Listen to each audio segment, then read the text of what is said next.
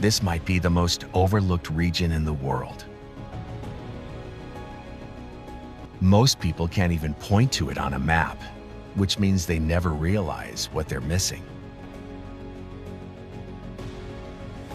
Because this is a place where glaciers, deserts, medieval stone towers, and even burning hills exist within just a few hundred kilometers of each other. And the reason those extremes coexist is more surprising than you think. So first, we'll break down the forces that shaped this region. Then, we'll explore the most extraordinary locations across the Caucasus. And one of them looks like it belongs on another planet. To understand the Caucasus, you have to understand that this region was never shaped by one single force. It was shaped by collision of mountains, of empires, of religions, and of identities. For thousands of years, the mountain barrier stretching between the Black Sea and the Caspian Sea created one of the most fragmented human landscapes on Earth. Peaks rising above 5,000 meters, more than 16,000 feet, didn't just divide ecosystems, they divided people.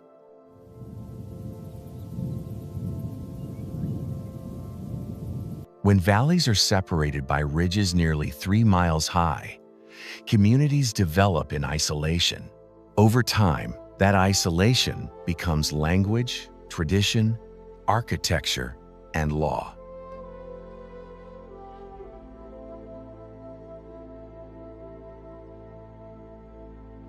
Today, more than 40 distinct languages are spoken across the Caucasus. Not accents, not minor variations, entirely different languages. Some belonging to families found nowhere else in the world. In certain highland regions, villages separated by just 25 kilometers, roughly 15 miles, historically could not understand each other.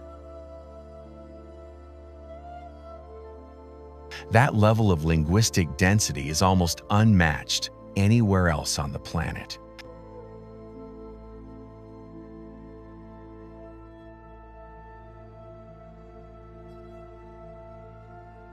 But geography alone doesn't explain it. The Caucasus sits at one of the most strategically sensitive crossroads in Eurasia.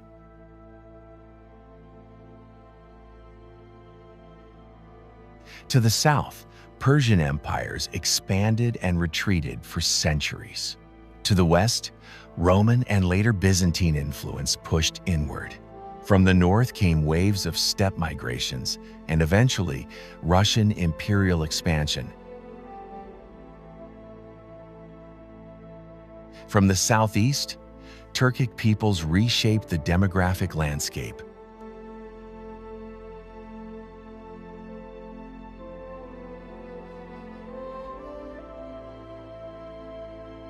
This region was never peripheral to history. It was in the path of it. And that constant pressure created a cultural layering unlike almost anywhere else. In the early 4th century, around 301 AD, parts of the Caucasus adopted Christianity as a state religion. That was nearly 1,700 years ago, making it among the earliest Christian regions in the world.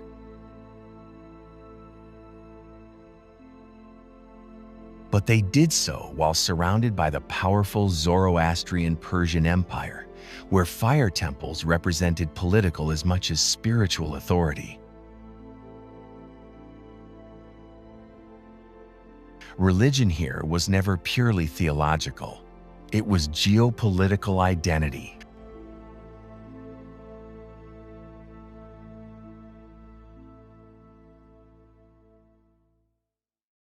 Later, Islam spread across parts of the region, especially in the north and east. Yet older traditions didn't simply vanish. In some areas, pre-Christian rituals blended into new religious frameworks. Sacred sites were repurposed rather than abandoned. Seasonal festivals survived political change.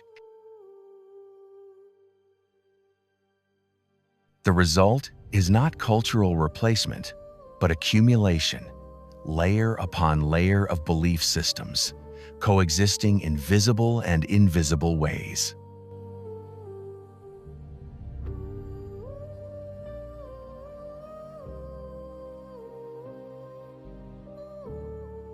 And then there is architecture. In certain highland communities, defensive stone towers were constructed not as monuments, but as necessities.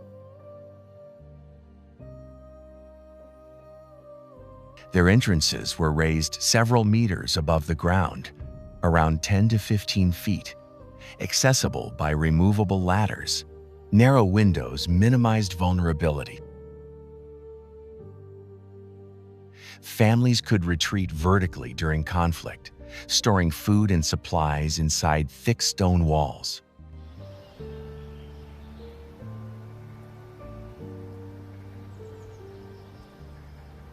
These structures weren't symbolic of medieval romance.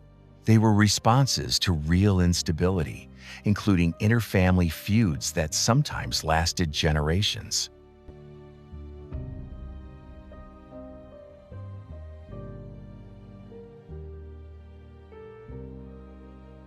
At the same time, the Caucasus was deeply connected to global trade networks.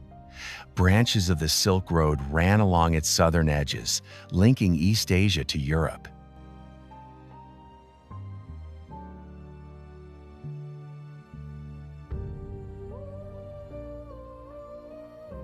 Caravans carrying silk, spices, and precious metals passed through mountain corridors that could be controlled or contested. Whoever held these routes held influence. And influence became even more important in the 19th century, when oil transformed parts of the Eastern Caucasus into one of the world's earliest major energy centers. By the early 1900s, that area was producing more than half of the global oil supply. Railways expanded. Foreign capital flowed in. Industrial zones developed rapidly in what had once been peripheral landscapes.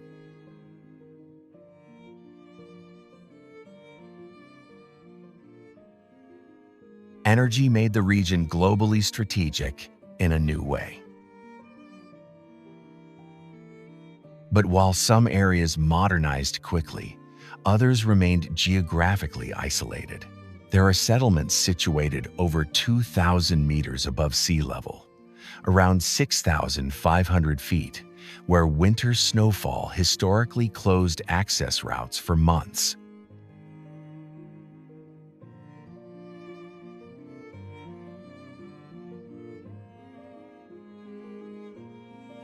When mountain passes were blocked, communities relied entirely on stored food, livestock, and social cohesion.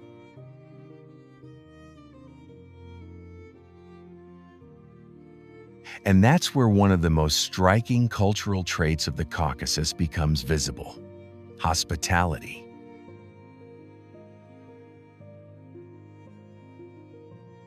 In several Caucasian cultures, a guest is not merely welcomed, they are protected.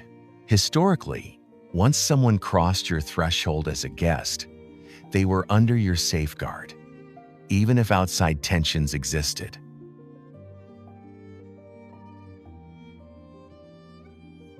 Violating that code carried severe consequences. In a land shaped by narrow passes and unpredictable travel, hospitality became a survival mechanism as much as a moral value.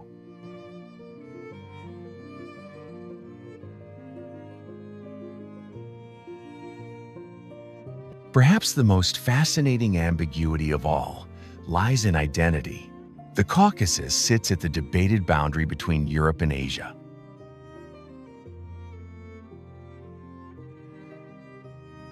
Some geographical definitions place Europe's highest peak within this region. Others argue the continental line runs elsewhere. That debate may seem academic, but it has shaped politics, alliances, and perceptions for centuries.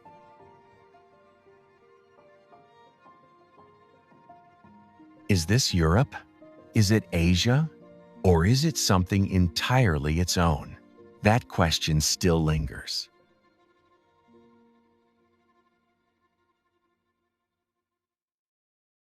And when you combine extreme topography, strategic position, linguistic diversity, layered religions, and centuries of external pressure, you begin to see why this region feels so concentrated, almost compressed.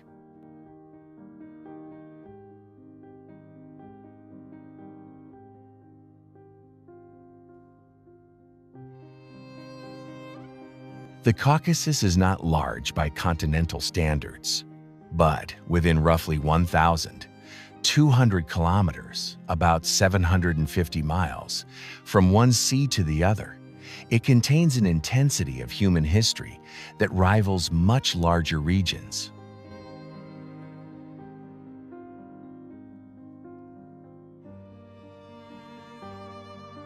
And now that we understand the forces that shaped it, isolation, collision, trade, belief, and survival, the landscapes we're about to explore won't feel random. They'll feel inevitable.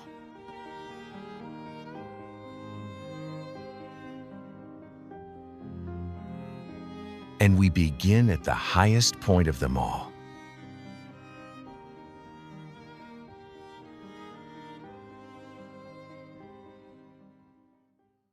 At 5,642 meters, about 18,510 feet, Mount Elbrus is officially the highest peak in Europe. And that alone surprises many people.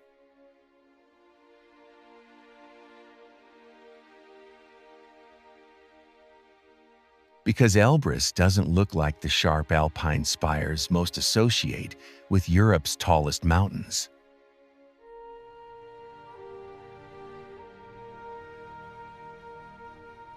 It's a massive dormant volcano, its twin summits covered by a permanent ice cap that feeds glaciers, stretching several kilometers down its slopes, nearly 2 miles in some places.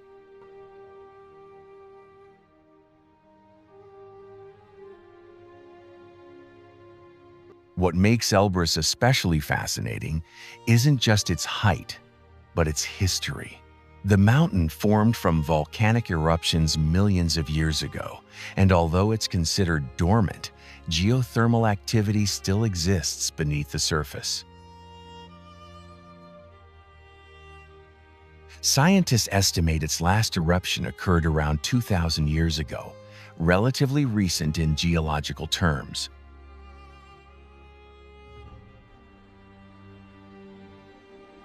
During World War II, German forces attempted to capture the summit for symbolic reasons, planting a flag near the top in 1942. It wasn't about military advantage, it was about prestige.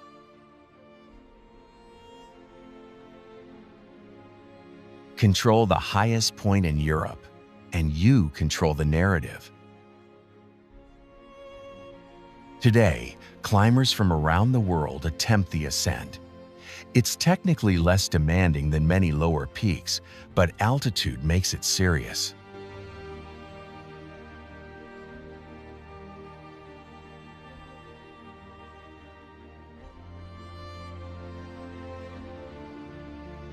And yet, this is only the beginning of the Caucasus alpine drama.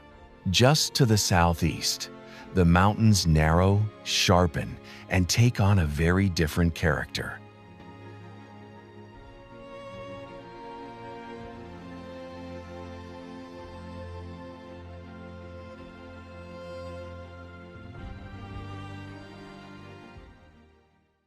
Just a few hours from Europe's highest summit, the landscape changes completely. Dombay is not defined by one dominant peak, but by a cluster of jagged ridgelines, deep alpine valleys, and glaciers that descend almost directly into forests. The highest point in the area rises above 4,000 meters, over 13,000 feet. But what makes Dombay visually striking is how tightly everything is compressed.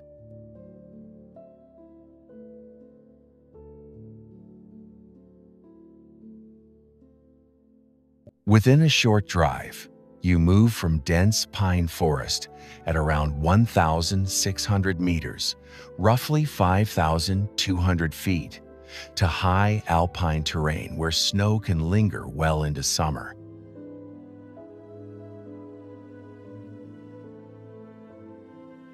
In the Soviet era, Dombay became one of the USSR's main alpine recreation centers. Cable cars were installed in the 1960s, and mountaineering clubs trained here before attempting more serious expeditions across the Caucasus.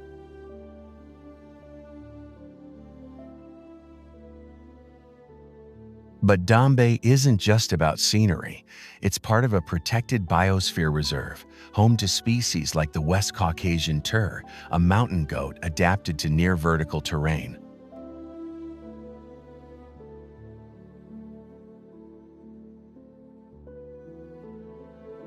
And as the ridgelines tighten and the valleys grow narrower, the architecture ahead begins to look very different.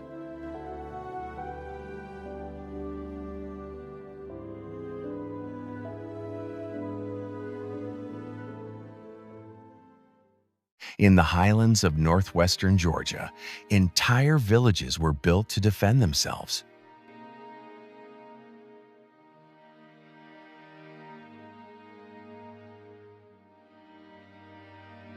Svaneti is famous for its stone defensive towers, some dating back to the 9th or 10th century, rising directly beside family homes.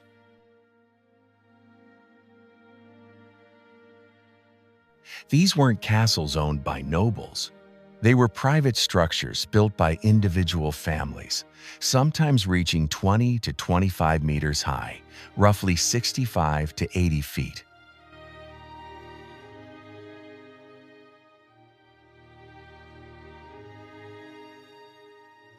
Their purpose was simple: protection during blood feuds or external raids. If conflict broke out, families retreated upward, pulling ladders inside and waiting it out.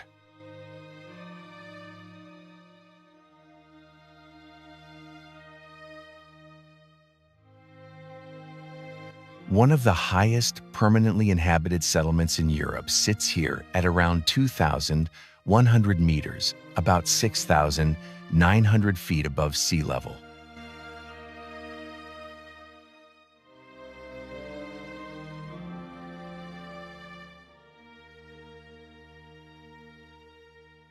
Winters are long.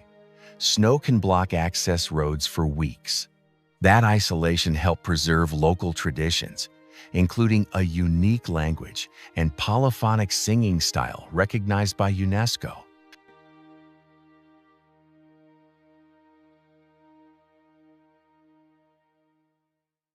Even today, daily life feels shaped by altitude.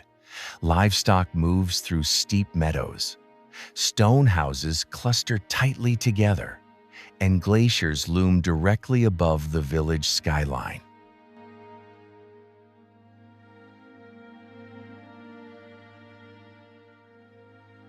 But further east, one solitary peak rises above all others, isolated, symmetrical, and carrying a story far older than the villages below.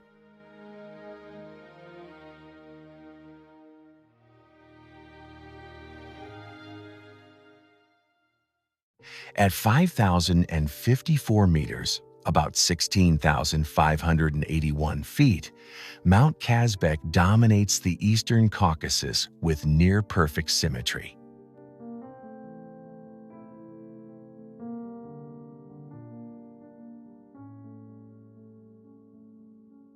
Like Elbrus, it is a dormant stratovolcano.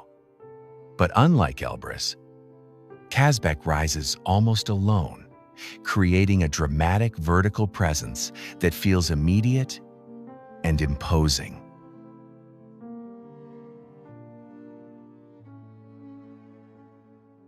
According to Greek mythology, this is where Prometheus was chained for giving fire to humanity. The legend may be symbolic, but it reflects how long this mountain has captured imagination.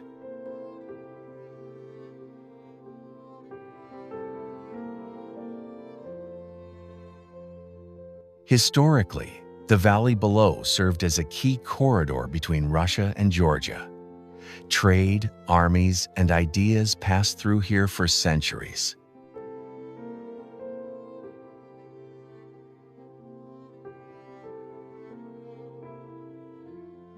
Control of this route meant influence over movement between north and south.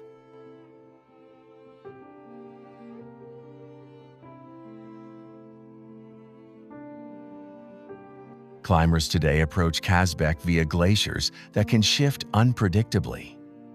Crevasses open and close seasonally. The ascent is considered technically moderate, but weather changes quickly. Sudden storms are common above 4,000 meters, around 13,000 feet.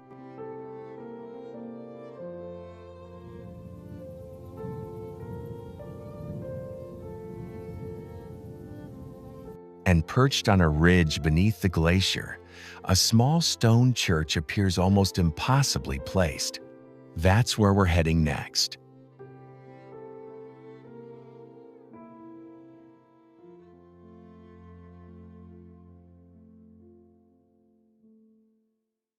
Perched at 2,170 meters, about 7,120 feet, Gergeti Trinity Church looks almost unreal against the massive glacier above it.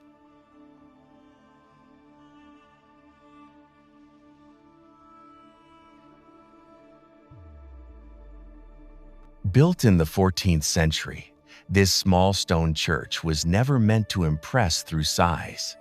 It was meant to endure. During periods of invasion, religious relics from lower valleys were brought here for safekeeping.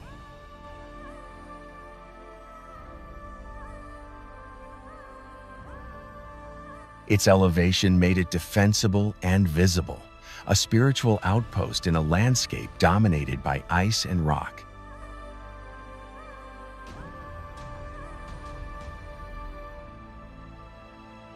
There is no elaborate decoration inside. The interior is dark, simple, almost austere. The power of this place comes from its setting. On clear days, the surrounding valley stretches out below like a relief map, while the volcanic slope behind it rises toward the summit.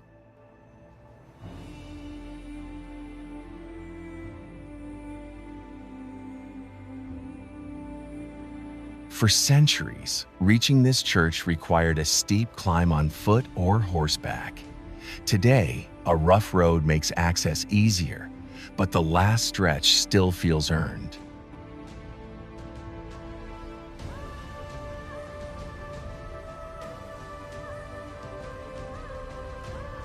What makes it unforgettable is not architecture alone, it's scale. A single stone structure against a mountain nearly 3 miles high.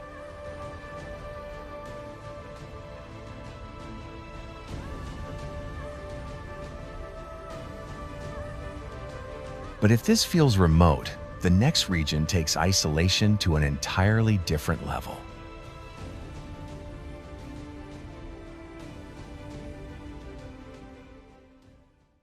For much of the year, Tusheti is cut off from the rest of the country. Access depends on a mountain road that climbs above 2,800 meters, roughly 9,200 feet, before descending into a highland basin of scattered villages.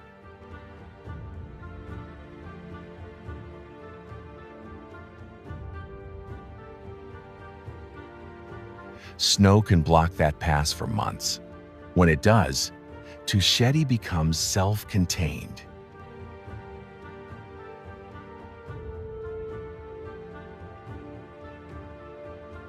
Stone towers rise above grassy slopes, built centuries ago to protect families and livestock.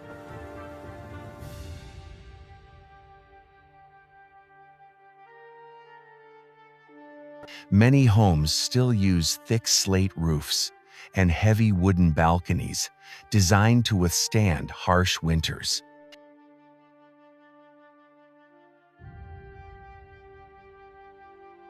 Unlike more accessible mountain areas, Tusheti has preserved a pastoral rhythm. In summer, shepherds move flocks through alpine meadows. In winter, most residents relocate to lower elevations, leaving villages nearly empty.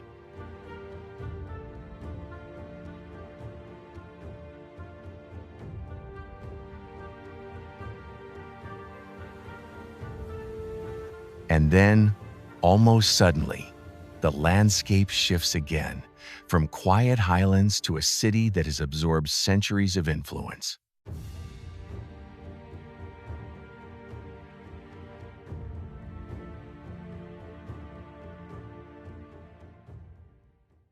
Tbilisi sits along a natural corridor carved by a river that winds through steep hills, and its old town reflects layers of influence accumulated over 1,500 years.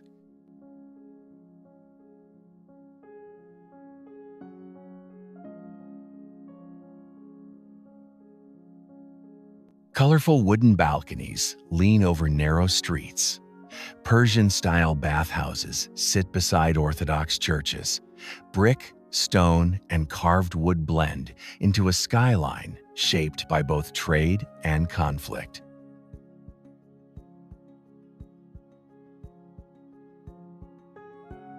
Founded in the 5th century, Tbilisi became a crossroads between Europe and Asia, and it shows.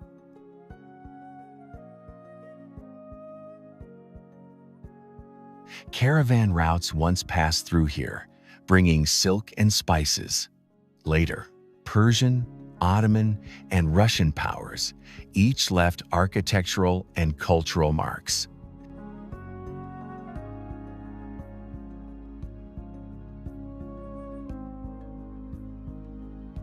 The famous sulfur baths are built over natural hot springs, with water temperatures reaching around 38 to 40 degrees Celsius, roughly 100 to 104 degrees Fahrenheit. Those springs gave the city its name, derived from the word for warm.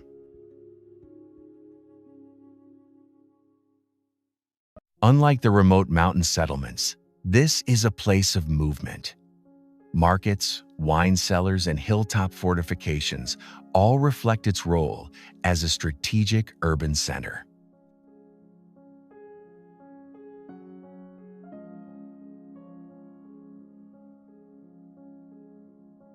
And as we move beyond the city limits, the terrain begins to change again. From bustling streets to rock carved directly by human hands centuries ago.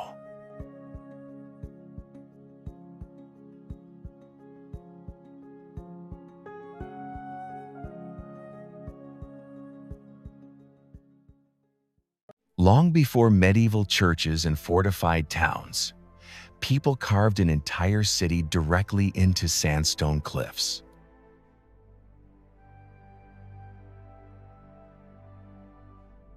Uplistsikhe dates back to the early Iron Age, with evidence of settlement as early as the 1st millennium BC.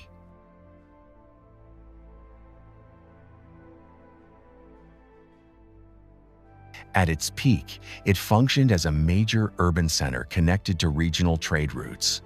What makes it remarkable is not just its age, but its layout.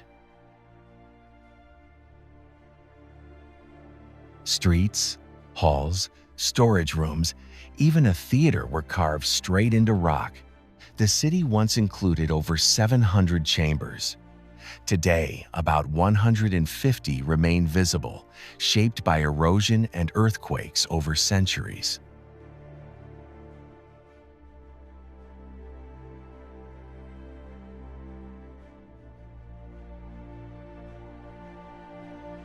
After Christianity spread through the region in the 4th century, parts of the complex were adapted for new religious use.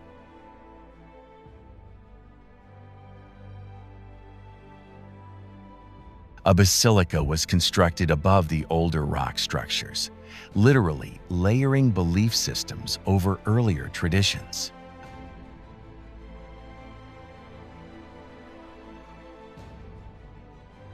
Walking through its stone corridors feels less like visiting ruins and more like entering a fossilized memory of urban life.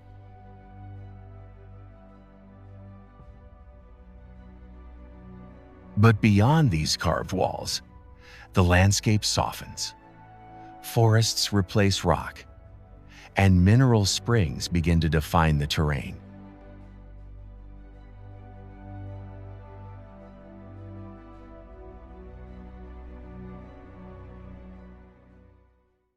Stretching across more than 850 square kilometers, roughly 330 square miles, Borjomi-Kharagauli National Park is one of the largest protected areas in the Caucasus.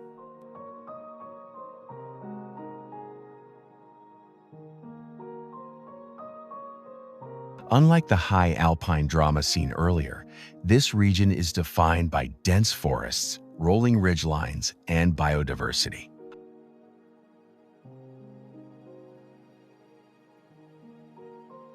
Elevations range from about 800 meters to over 2,600 meters, roughly 2,600 to 8,500 feet, creating multiple ecological zones within a relatively compact area.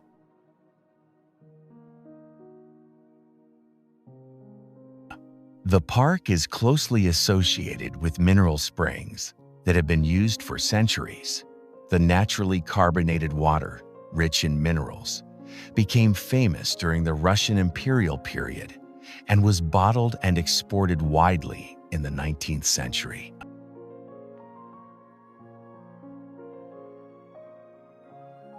Wildlife includes brown bears, wolves, and lynx, although sightings are rare.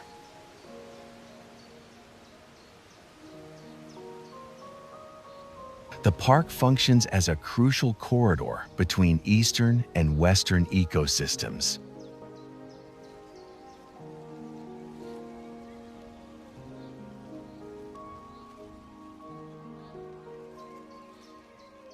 And as the terrain narrows into a river gorge further south, the rock face transforms again, this time into something far more vertical and unexpected.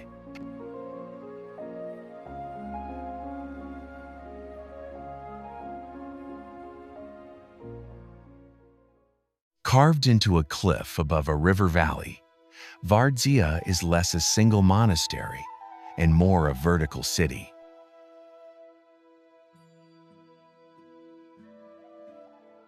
Built in the 12th century during the reign of Queen Tamar, the complex originally contained up to 3,000 chambers spread across multiple levels.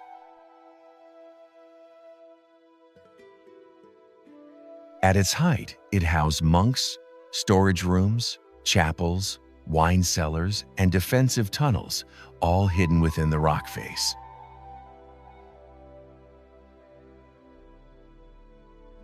The main church still preserves frescoes from the 1180s, including one of the few surviving portraits of Queen Tamar herself.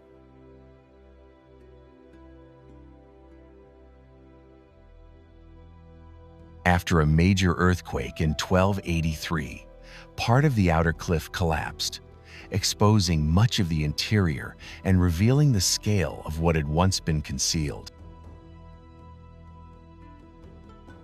The monastery wasn't only spiritual, it served as a strategic refuge during invasions, designed to blend into the cliff and remain difficult to detect from below.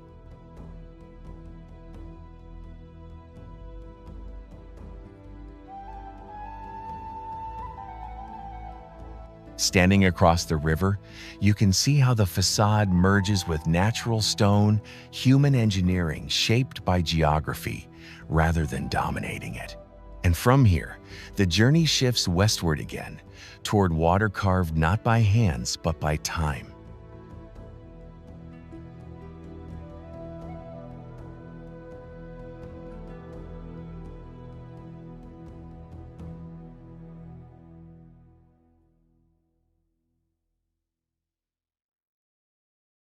At first glance, Martvili Canyon feels almost tropical. Turquoise water flows between narrow limestone walls that rise 20 to 40 meters high, roughly 65 to 130 feet, creating a corridor shaped entirely by erosion.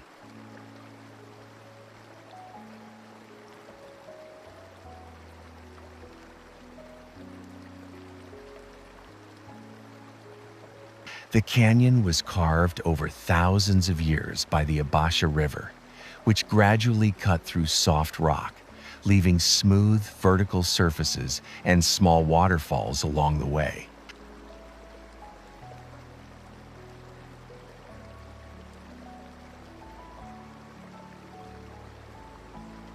What many visitors don't realize is that this area was once a private bathing site for Georgian nobles. In the 17th century, local rulers used the canyon as a secluded retreat long before it became a public attraction.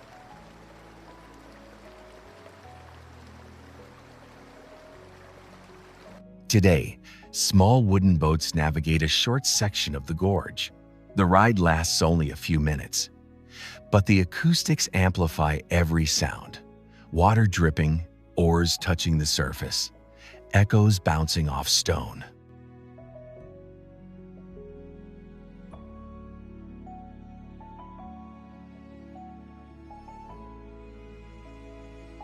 The canyon is not large in scale, but it feels enclosed and intimate, almost cinematic. And yet, just a few hours away, the landscape becomes dramatically drier, shifting from lush greenery to semi-desert terrain where monasteries were carved directly into exposed rock.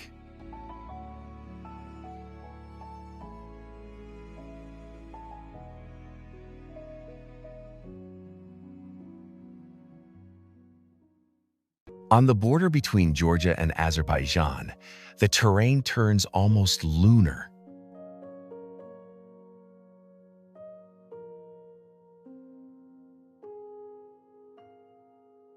The David Gareja Monastery complex was founded in the 6th century by Assyrian monks seeking isolation.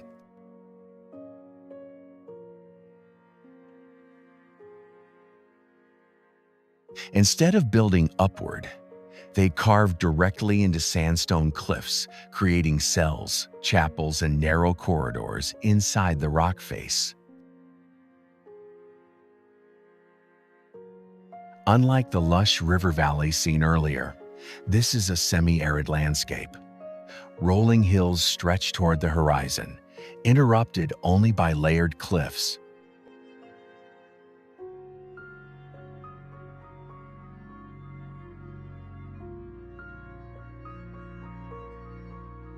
Temperatures in summer can exceed 35 degrees Celsius, around 95 degrees Fahrenheit, making the monks' choice of location even more striking.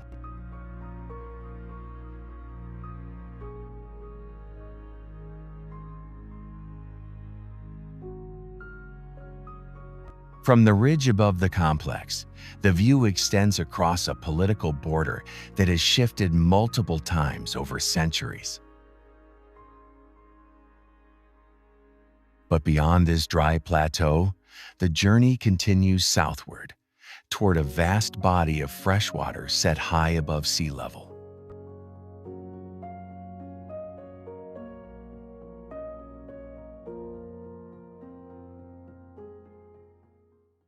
Lake Sevan sits at an altitude of about 1,900 meters, roughly 6,200 feet above sea level, making it one of the largest high-altitude freshwater lakes in the world.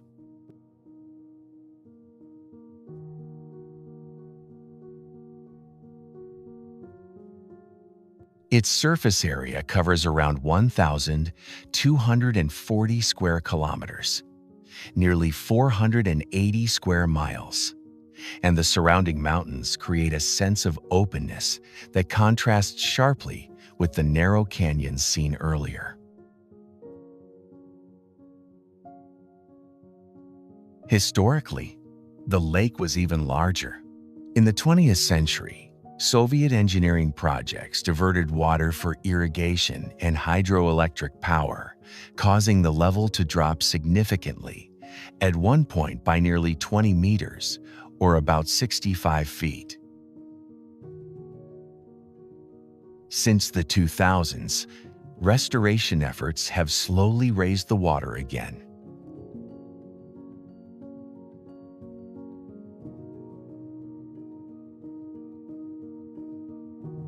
Monasteries sit on peninsulas overlooking the blue expanse, their dark volcanic stone contrasting with the water's color.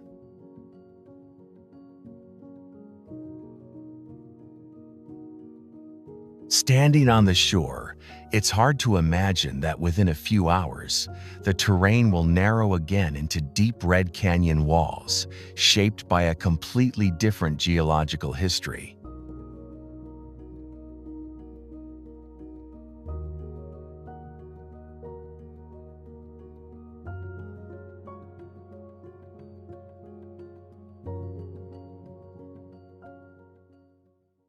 Unlike monasteries built on cliffs, this one was carved into them.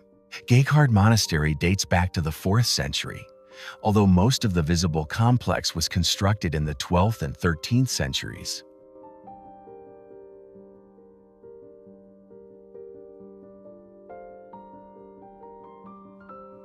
What makes it unique is that several of its churches are not built from stone blocks.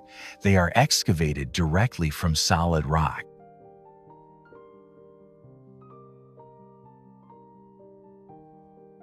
The name Geghard means spear, referring to the legendary lance said to have pierced Christ's side, once kept here as a relic.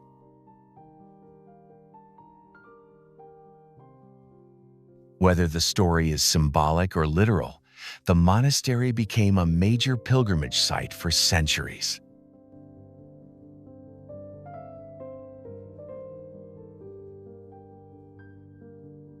Outside, khachkars, intricately carved Armenian crossstones, line the walls and surrounding cliffs.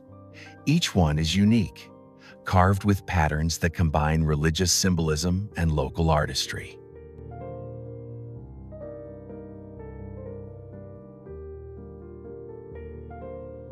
The structure feels less imposed on the landscape and more absorbed into it. But just a few kilometers away, something entirely different stands, not carved into rock, but built in the classical style of the ancient world.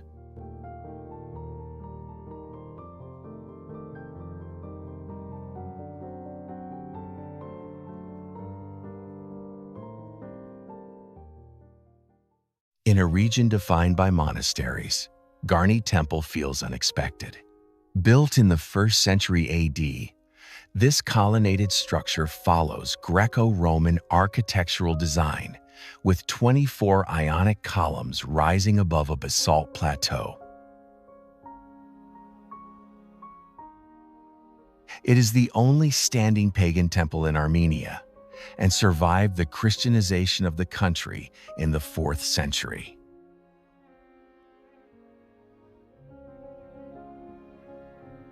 The temple was likely dedicated to Mir, a sun god, and its alignment suggests astronomical significance.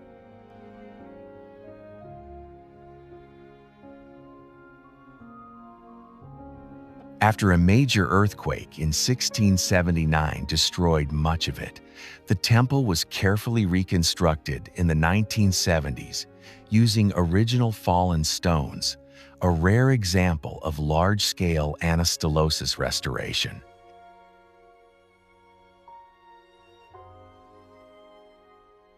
Just below the temple lies a natural wonder, often called the Symphony of Stones. Basalt columns formed by volcanic activity rise along the gorge walls in near-perfect hexagonal patterns, resembling a giant organ carved by geology.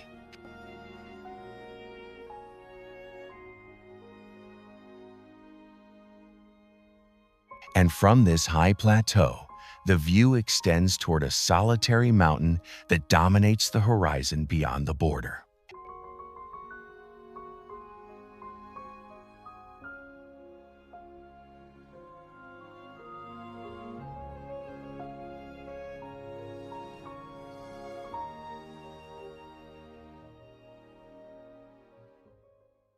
Few locations in the region offer a more dramatic backdrop.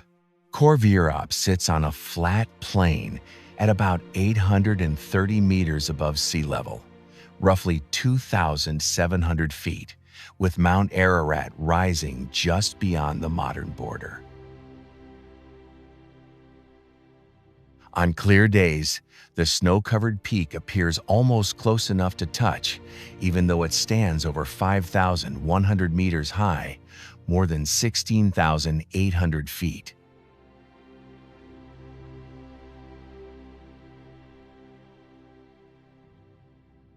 The monastery marks the site where Gregory the Illuminator was imprisoned in a deep pit for 13 years in the 3rd century, before later converting the Armenian king to Christianity.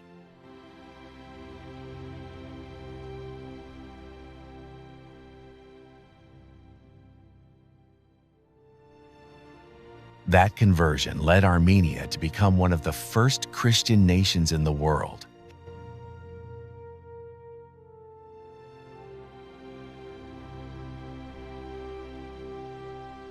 Pilgrims continue to visit, drawn by both faith and the view. And as the road curves away from the plain, the terrain tightens again into red rock formations shaped by wind and time.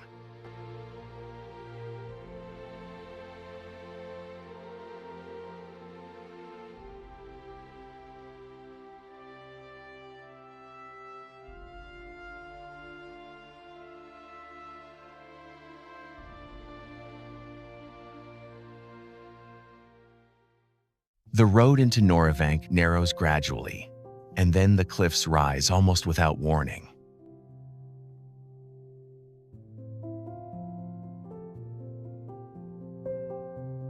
Red limestone walls tower over the valley, reaching heights of around 200 to 300 meters, roughly 650 to nearly 1,000 feet, their color intensifying at sunset when iron-rich rock reflects deep orange light. At the end of the gorge stands a 13th century monastery complex, built from the same volcanic stone as the cliffs surrounding it.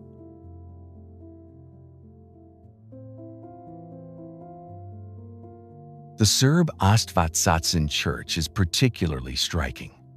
Its narrow exterior staircase climbs directly along the facade to a second-floor entrance, with no railing and no margin for distraction.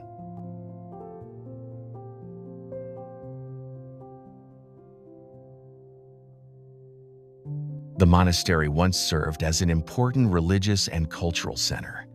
Medieval manuscripts were copied here, and members of noble families were buried within its walls. The setting was not accidental. The canyon functioned as natural protection.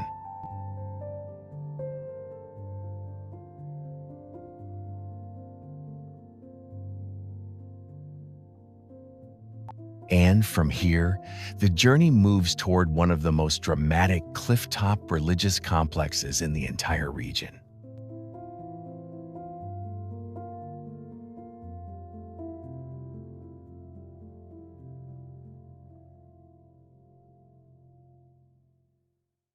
Reaching Tatev requires crossing a vast canyon that drops nearly 500 meters, about 1,600 feet, to the river below. The monastery itself sits on a narrow plateau above the gorge, built in the 9th century and later expanded into one of the region's most influential spiritual centers. At its height, Tatev housed scholars, monks, and a medieval university that attracted students from across the Caucasus.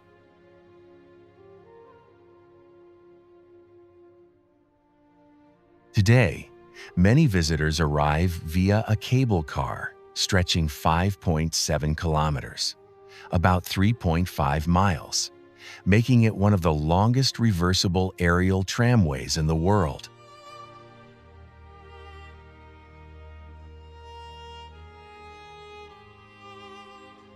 Suspended high above the canyon, the crossing offers a clear view of the strategic location chosen centuries ago.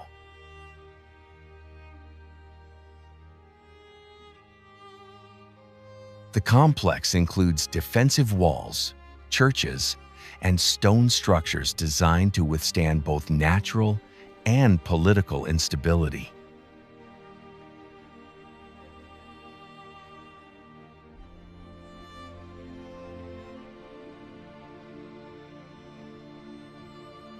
Its position allowed inhabitants to monitor movement through the valley below.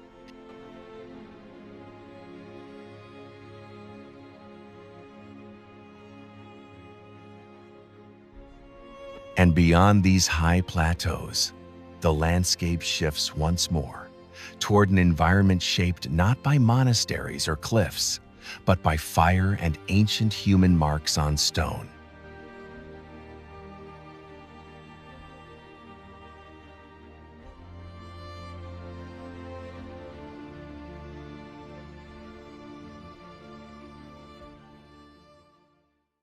South of the mountains, the terrain flattens into semi-desert, and the ground begins to look unfamiliar.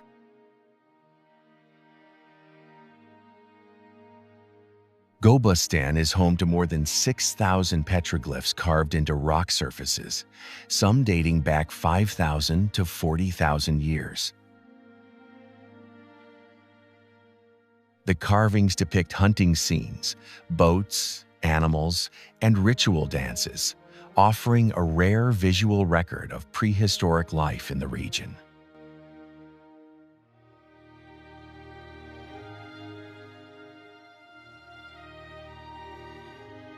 The area also contains one of the world's largest concentrations of mud volcanoes.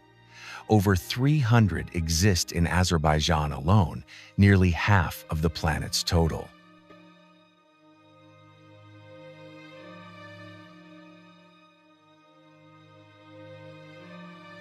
These formations don't erupt with lava, but with cold mud and methane gas. Some bubble quietly, others can release sudden bursts several meters high. Temperatures of the mud are usually low, often close to ambient conditions, unlike traditional volcanic activity.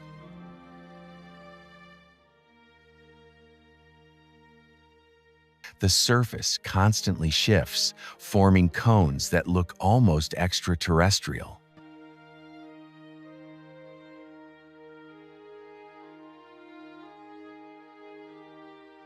And from here, the final stretch leads toward a shoreline where water replaces desert entirely.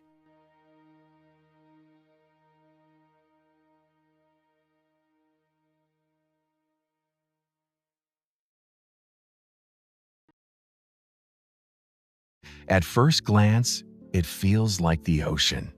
But the Caspian Sea isn't a sea at all. It's the largest enclosed body of water on Earth, covering about 371,000 square kilometers, nearly 143,000 square miles. That's bigger than Germany.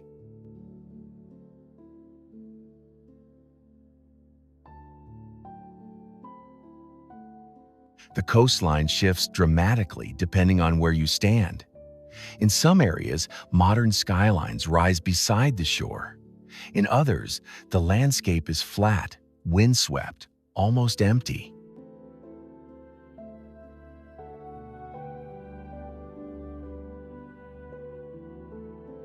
The water itself is slightly salty, but not as saline as true ocean water, creating a unique ecosystem where freshwater and marine species overlap.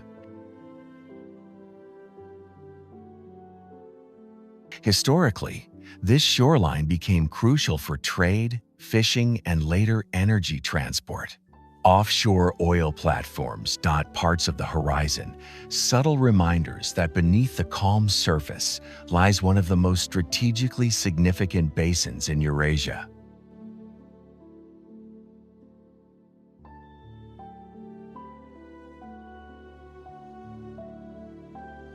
And yet, standing at the edge, what you notice first is scale. After glaciers, towers, monasteries, and deserts, the journey ends in openness. The Caucasus doesn't close with a peak. It dissolves into water.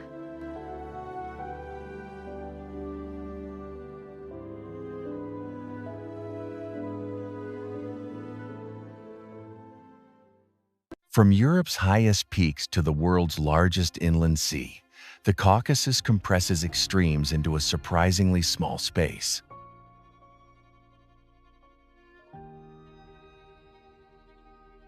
Mountains, monasteries, deserts, and ancient carvings, all within a few hundred kilometers.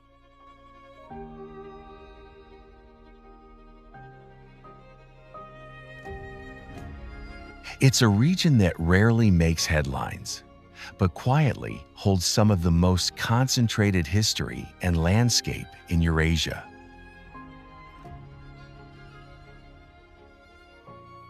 And now you know exactly where to find it.